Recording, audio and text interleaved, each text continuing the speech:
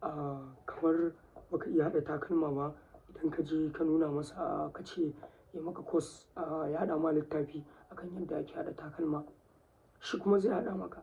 Shi fa kamar ma'aikaci ne, za ku tambaye shi abu ne wanda ba ku sani ba, shi kuma ya zo ya muku wannan ChatGPT ɗin da kuke gani. Na uku, za ka je ka ce ya haɗa maka littafi akan yadda ake yin CPA marketing.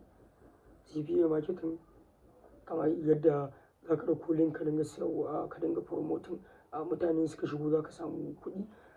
Za ka je ka ce ya haɗa maka littafi akan wannan. Kai kuma za ka zo sela, na faɗa muku, ko Amazon KDP ka je ka sa shi a ciki ka dinga siyarwa. Kawai in ya haɗa ma shi, kai kuma nan za ka zo ka rubuta shi a nan.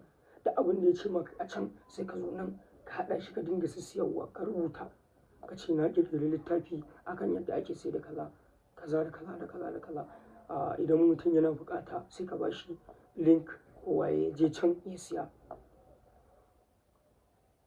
Ko kuma ba wannan ba, yadda za ka fara video editing, za ka ce masa ChatGPT ina buƙatar ka yi min littafi akan yadda ake haɗa video editing. Kuma kawai zai haɗa maka shi ne, ya ce yadda za ka yi kaza da kaza da kaza da kaza, zai yi maka komai from scratch. Ko ba wannan ba, za ki je misali ki mata ce yadda ake kitso, zai ce miki na haɗa littafi, ki ce masa ina buƙatar ka haɗa min littafi akan yadda ake yin kitso. Shi kuma kawai zai haɗa maki, sai ki zo website ko wannan su Sellable Post, su ne marketplace ɗin da muka fi amfani da su a Najeriya. Sai ki zo nan ki sa, ki sign in, ki zo ki sa abubuwan ki dinga siyarwa.